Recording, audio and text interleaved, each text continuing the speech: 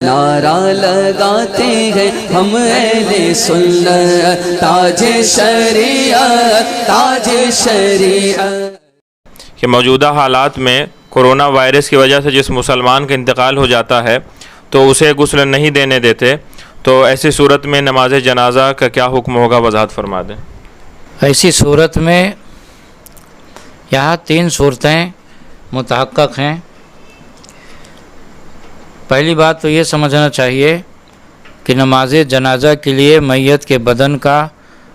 اور کفن کا پاک ہونا شرط ہے، اور قاعدہ شریعت کا ہے کہ اذا فات الشرط فات المشروط، جب شرط نہ پائی جائے گی تو مشروط بھی متحقق نہیں ہوگی، لہذا بغیر غسل کے ظاہر سی بات ہے نماز جنازہ پڑھیں گے تو نماز نہیں ہوگی۔ اب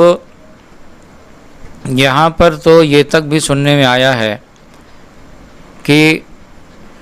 اس کے خاص گھر خاندان ہی کے لوگ جاتے ہیں دفن کرنے، کوئی قریب بھی نہیں جاتا ہے۔ خیر، جو صورتیں ہیں تو ان کو میں یہاں بتاتا ہوں کہ اگر پرشاسن کی طرف سے امید ہے کہ ہاں ہم غسل دے کر اپنے شرعی طریقے سے دفن کریں گے اور پرشاسن اس کی ہمیں رخصت و اجازت دے دے گا، تو جتنے لوگوں نے سنا سب پر فرض ہے کہ وہ پرشاسن سے قانون کے دائرے میں رہتے ہوئے بات چیت کریں اور ان سے اجازت اور رخصت حاصل کریں،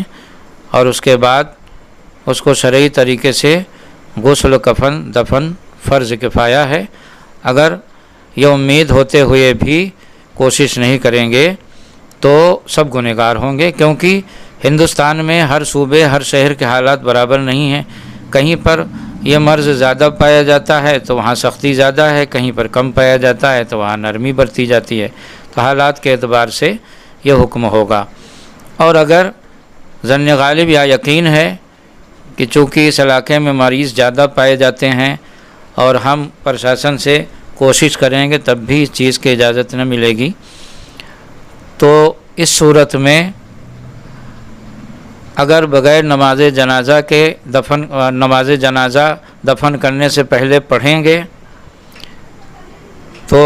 تب بھی نہیں ہوگی۔ اس کی وجہ یہ ہے کہ صورت میں اگرچہ مجبوری ہے مگر یہ منع من جہت العباد ہے، یعنی یہ بندوں کی طرف سے عذر ہے، اور شریعت کا قاعدہ یہ ہے کہ جب کوئی شرط یا فرض بندوں کی طرف سے چھوٹ جائے تو پھر اس صورت میں نماز نہیں ہوتی ہے، دوبارہ پڑھنا ضروری ہوتا ہے۔ یہ دوسری صورت ہوئی، لہذا اس صورت میں اگر پڑھ لیں گے تو دفن کے بعد پھر پڑھنا پڑے گا۔ اور اگر مان لیجئے دونوں صورت جو بتائی گئیں دونوں صورت میں کوشش نہیں کیا اور نماز جنازہ بھی نہیں پڑھی، یا نماز جنازہ پہلی صورت میں پڑھ لی ہے، مثلا غسل دے کر شرعی طور پر کفن وغیرہ دے کر نماز جنازہ پڑھ لی ہے، تب تو کوئی بات ہی نہیں۔ دوسری صورت میں جس میں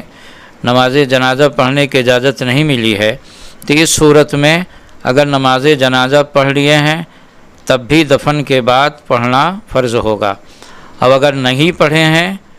اور بغیر پڑھے دفن کر دیے ہیں تب بھی نماز جنازہ پڑھنا فرض ہوگا، اور اس کی وجہ وہی جو بتائی گئی کہ پہلے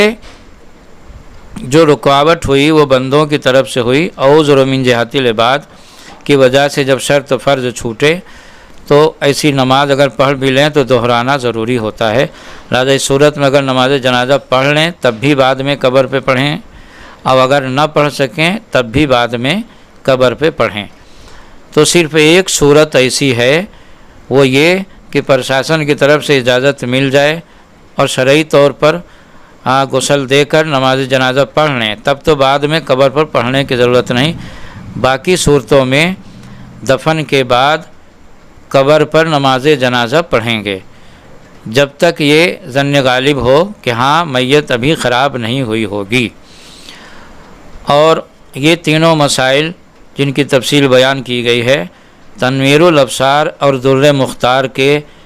اس جزیات سے لیے گئے ہیں۔ تنویر الابصار اور در مختار میں ہے وَإِن دُفِنَ وَأُحِيلَ عَلَيْهِ التُّرَابُ بغیر صلاۃ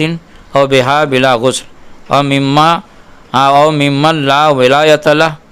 صلی علی قبرہ استحساناً، یعنی اگر میت کو دفن کر دیا گیا اور اس پر مٹی ڈال دی گئی بغیر نماز پڑھے یا بغیر غسل کے، یا جس کو ولایت نہیں تھی اس نے پڑھ لیا، تو صلی علی قبرہ استحساناً،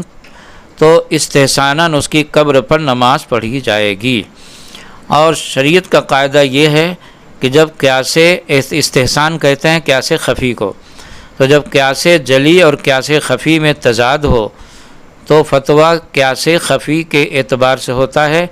اس لیے یہاں پر در مختار کے مصنف نے استحسان کی قید لگائی،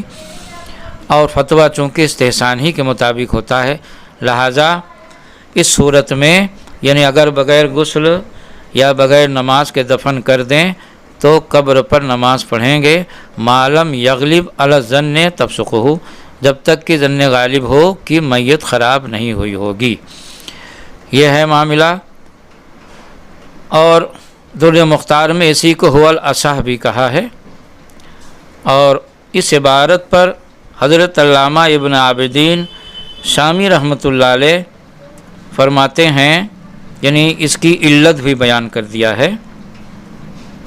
اور فرمایا کہ وقال الکرخی یصلی وهو الاستحسان لأن الأولى لم يعتد بها لترك الشرط مع الإمكان والآن زال الإمكان فسقطت فرضیۃ الغسل۔ یعنی امام کرخی رحمۃ اللہ علیہ نے فرمایا کہ نماز اس کی پڑھی جائے گی استحساناً، کیونکہ بغیر غسل کے جو نماز پڑھی گئی ہے تو یہ شرعی اعتبار سے ترک شرط کے ساتھ پڑھی گئی ہے، اور امکان بھی موجود تھا، یعنی شرعاً اس کو پڑھ سکتے تھے نماز لیکن نہیں پڑھا۔ والآن زال الامکان، لیکن جب دفن کر دیے تو قاعدہ یہ ہے کہ دفن کے بعد جب مٹی دے دی جائے تو مٹی دینے کے بعد پھر میت کو نکالنا ناجائز ہے۔ اب یہ منع من جہت العباد نہیں ہوا بلکہ منع من جہت الشرع ہوا، اور منع من جہت الشرع جب پایا جائے اور اس وقت کوئی شرط یا فرض چھوٹ رہا ہو تو اس صورت میں نماز ہو جاتی ہے، لہذا فسقطت فرضیۃ الغسل۔ تو اب چونکہ شرعاً میت کو نکال کر غسل دینا ناجائز ہے، ہاں شریعت منع کرتی ہے، تو یہ منع من جہت الشرع ہوا، اس لیے حضرت علامہ شامی رحمۃ اللہ علیہ نے فرمایا فسقطت فرضیۃ الغسل، لہذا اب چونکہ غسل کی فرضیت ساقط ہو چکی ہے، اور جب شرعاً فرضیت ساقط ہو گئی تو اب جو ہے تو قبر پر نماز جنازہ پڑھیں گے، لہذا مگر یہاں پر یہ خیال رہے کہ اس وقت تک ہی نماز پڑھ سکتے ہیں جب تک کہ یہ غالب گمان ہو کہ میت ابھی پھولی یا پھٹی نہ ہوگی، اور یہ موسم اور زمین وغیرہ کے اعتبار سے اندازہ لگا سکتے ہیں، اور جہاں جیسے حالات ہوں، موسم ہو، زمین ہو، کہیں پر زمین کھاری ہوتی، کہیں میٹھی ہوتی ہے، کہیں پھیکی ہوتی ہے، اسی اعتبار سے ظن غالب کریں گے۔ اور خلاصہ یہ کہ موجودہ حالات میں